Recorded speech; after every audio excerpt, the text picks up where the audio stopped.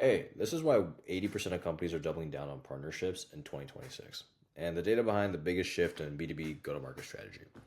So, 69% of SaaS companies plan to increase partnership investment in 2026. 30% call partnerships their top strategic priority. ServiceNow is adding 250,000 new partners. Workday is doubling partner capacity. Salesforce just announced partner led sales as their main growth strategy. This isn't happening because partnerships are trendy. It's happening because companies with strong partner programs are crushing companies without them. In the next 7 minutes, I'll show you the real data on why partnerships went from nice to have to survival requirement and what it means for your business in 2026. So, here are kind of the numbers you need to see. 34% of companies expect partners to drive more than 25% of their revenue in 2024. 18% expect partners to drive more than half of all revenue. I mean, let me just put that all in context, right? Like Microsoft, 95% of revenue is through partners. Shopify, 6.9 billion through the partner ecosystem. And this was back in 2019 when they weren't as big. They were pretty big, but they weren't as big. Atlassian, 1/3 of all business comes from 700 plus channel partners. CrowdStrike, over 1 billion through AWS Marketplace in 2023 alone. And these aren't small wins, right? These are business models. So when you look at the market growth, right, the partnership software market tells the same story. 2024, 5.2 billion market, $5.2 billion market, 12.3 billion dollar market in 2033. That's a 10.3% growth rate every single year, and it kind of makes sense, right? In a day and age where trust and everything like that is going down. I digress. Cloud marketplaces alone will hit $45 billion by 2025. And as we're reaching the end of it, as you can tell, if you're in the software space, you can definitely see it. Companies aren't just talking about partnerships; they're spending billions to make them work. So, why kind of now?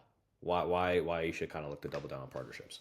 The four forces. Force number one, the CAC crisis, aka the cost of acquisition to get a customer, aka the cost to get a customer. Your cost to get new customers keeps going up. As you can see, numbers from 2025, the average B2B SaaS churn rate is 3.5% per month. And 70% of new users quit within 3 months. Obviously, that could be down to specifics of like the actual software itself and the customer experience and that first win. However, in a general broad sense, that's typically the numbers that we're saying. Customers getting cost 5 to 7 times more than keeping current customers, right? Like when you're constantly a hamster wheel, it gets more and more expensive, especially with increasing acquisition cost. And I tell this as someone who's been in sales for like 7, 8 years, right, and has done primarily outbound, but also dabbled in paid ads. It gets really, really expensive. Partners solve this in 3 ways. Lower acquisition costs, so partners bring customers at 40-60% lower cost. Faster sales, partner deals close 37% faster. Better retention, customers from partners stay way longer. And when you're fighting 3.5% monthly churn and rising costs, it's kind of hard for partners not to be optional, or kind of hard for partners to be optional. So force number two, the tech layoff reality, right? 48% of partnership leaders think about their job is at risk. Because typically, it's not quote unquote directly to end closed deals. There's a little bit more steps in between. So those are typically the first to go in terms of the sales team. And only 35% of partnership teams actually hit 75% of their goals. But companies aren't actually cutting partnerships, they're just doubling down on it. And there's a bit of a nuance to it. So, because the partnership leaders who survive are really the ones driving real revenue, the ones getting cut are running programs without systems. So that's a big key factor, like the system aspect of it. So in 2026, you're either going to prove partnerships drive revenue or you're kind of gone. The job market for partnerships roles grew 2x in the last 5 years. Right? If you don't want to believe, okay, yes, I can think of direct sales. I'm an amazing salesperson. I have an amazing sales team. I'm really good at Facebook ads. Oh, that's great. That's great. But the numbers don't lie for themselves, right? Like this is a growing market and a growing way to get customers, and it's significantly lowering churn. So there are almost 500,000 partnership professionals working globally now. Companies are hiring, but only people who can show results, which is the key factor, especially with AI and everyone's scared about their layoffs and stuff like that. Realistically, people who know how to leverage AI, people who know how to leverage partnerships, people who know how to actually leverage systems will be the ones succeeding. So, force number three, the ecosystem requirement. 75% of business leaders say ecosystem partnerships drive their growth strategy. they don't want to buy 10 different tools anymore. And I can tell you, someone who's in software sales, it is such a big thing that you'll see is that people want an entire platform that kind of speaks to each other. Or they want basically an ecosystem, something that's very coherent, something that's very cohesive, aka fancy words for I want everything to work together really well. They want complete solutions, right? And look what happened. Companies now use an average of 106 SaaS apps in 2024. Death by SaaS paper cuts. 81% of companies automate at least one business process using SaaS. Everyone wants these apps to work together now. So if your product doesn't connect with other products, consumer bases or consumer uses, you kind of lose, right? Because at the end of the day, you're getting to a business outcome. And so partnerships create those connections, right? Tech partners build connections between products. That could be you know different industries, like let's say like an and Airtable and a Cluely, right? Cluely might record a sales call and implement it into a tape into an Airtable, just for an example, right? The service partners, help customers use multiple tools together, which is typically more common, where it's basically like, hey, like I do consulting work or I do service work to kind of get you that first win or really optimize that tool. And channel partners who sell complete solutions, not single products, so they kind of package everything together. So kind of in the same consulting sense, where it's like, hey, we will implement this kind of system. Think of like kind of white labeling in that sense. Some people do that. There's a huge ocean of partnerships that you can go into, and it's really nuanced to how you can go about it. So the winning companies 2026 will be the ones with the strongest ecosystems. Force number 4, the AI multiplication effect. By 2026, AI will be built into almost every software product. And AI is a huge, huge buzzword. It still is a really big buzzword. And 49% of senior leaders say AI will deliver the most value through better partner targeting and management. And so here's where it kind of changes, right? Typically people are like, oh, you serve the same market? Okay, cool. Right? Let's partner together. Oh, you also sell software? Okay, cool.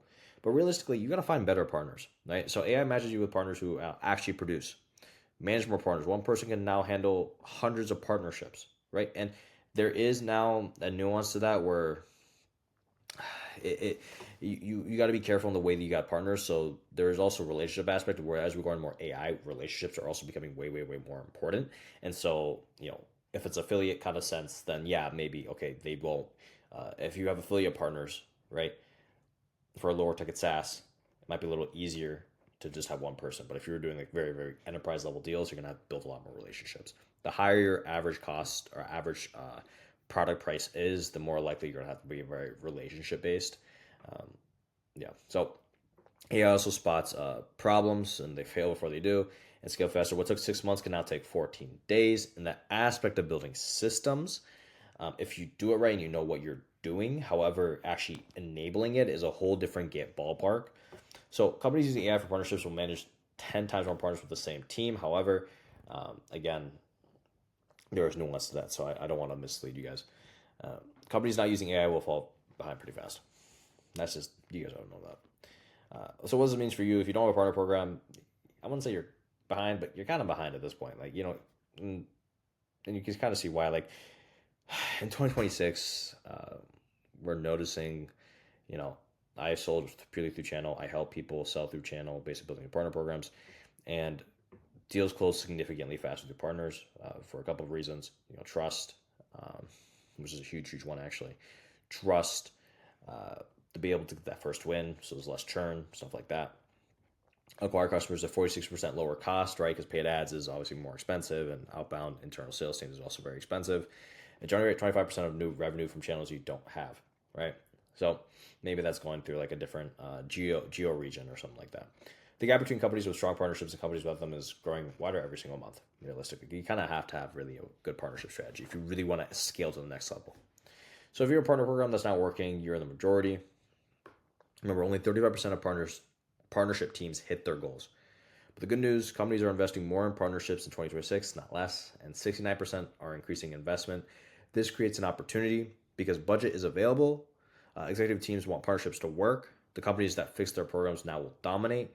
The question is, should you do partnerships? The question isn't should you do partnerships. The question is, how do we make our partnerships actually work? So what winners do differently, especially in the partnership space, you treat partnerships like a revenue channel, not a side product. Uh, Partnership leaders report to the CRO. However, they touch every single aspect of the business. your legal department, your marketing department, your product department, everything needs to touch it, because then that way it's almost like you're building an external team of your company and other organizations to kind of sell on your behalf and kind of, scale on your behalf.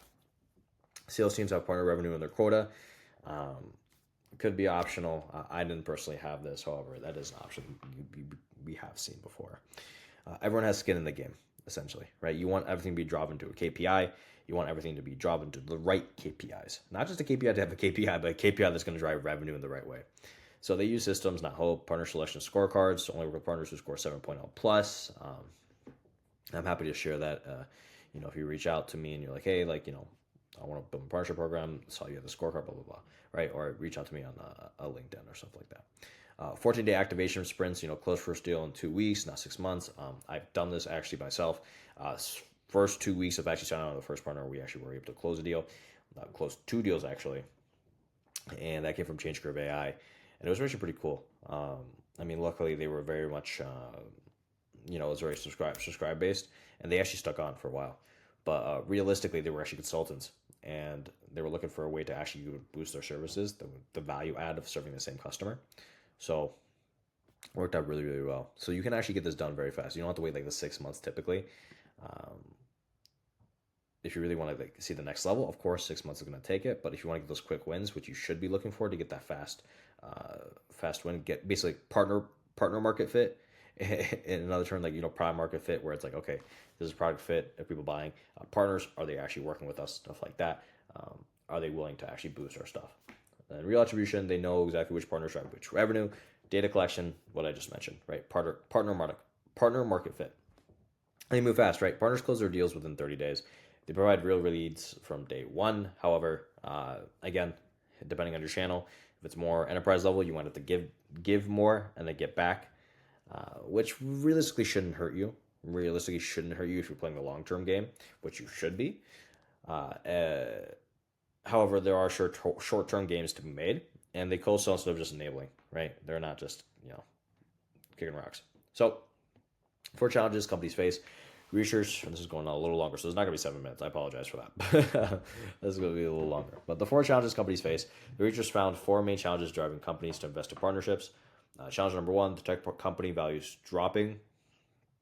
So public markets are revaluing tech companies. Revenue growth alone doesn't work anymore. Companies need better margins, right? Revenue is vanity. Partners cost less than sales teams, faster growth. They might reach markets you want. You can't necessarily. They might be more established in certain markets, like geopolitical, stuff like that. Proof of efficient growth, right? Partnerships show capital efficiency. PE firms love that kind of stuff, by the way. Especially if you're looking to sell. And when we look at layoffs hitting product innovation, tech layoffs cut deep into product teams. Companies can't build everything customers want. Solution, tech partnerships, right? Instead of building every feature, companies partner with products that already exist, right? Because the idea is you're driving for a certain business outcome. You're driving for a certain action or certain behavior that a certain customer is going to be able to accomplish. And you want to be able to enable them and basically help them get there. And if you can't do that fully by yourself in a product team, you got to partner with people to make sure they get that, so they have a positive association in their mind about you. Build connections to the full features, create ecosystems of single products. Less money available, funding is harder to get. Companies need to grow without burning cash, as you guys know. Everything's getting more and more expensive. Funding is hard to get, so there's no quote unquote base salary. There's of course performance based models, stuff like that. Lower cost of acquisition, faster payback, as long as you guys are depending on your sales cycle, right? But realistically, the price you get the price you pay to wait to get back for acquiring the customer would be significantly cheaper. And it could replace an entire sales story for 1/10 of the cost. I'm not recommending you do, because direct sales is very, very important, or at least having an on account manager kind of team to kind of manage those people is very important. But yeah, international expansion is risky. Inflation abroad makes opening new offices expensive and risky. Partnerships give you local presence without local offices, market knowledge without research costs, customer relations without cold outreach, revenue without infrastructure investment. Companies going global in 2026 will do it through partners, not employees. Now, there's a nuance. Employees are very, very important. Don't fire your employees. But partnerships are very important. and have your employees really be understanding of the entire ecosystem of play you're trying to make. Because ideally, I'm assuming your employees want to grow, especially if you're at that startup level stage between 1 and 10 million, even more than that, to be honest, or even less than that.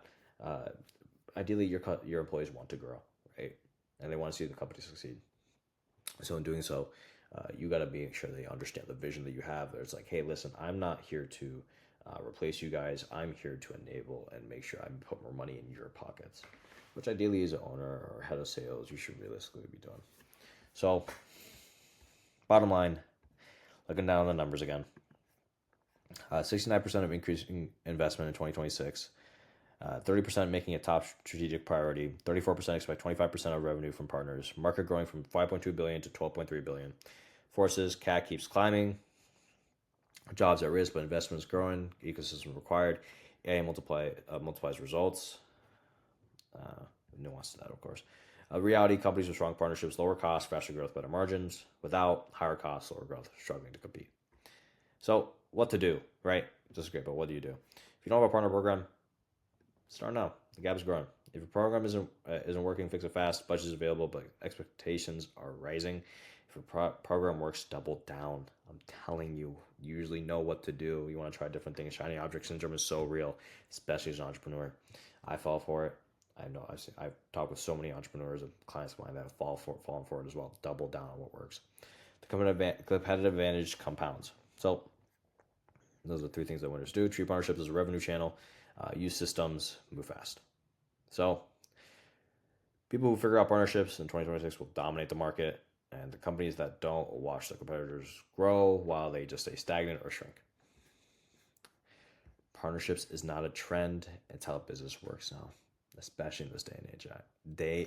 Especially in this day and age of AI. Well, I butchered that ending, but yeah. Hopefully you enjoyed the video. Hopefully this was informative, and have a good day.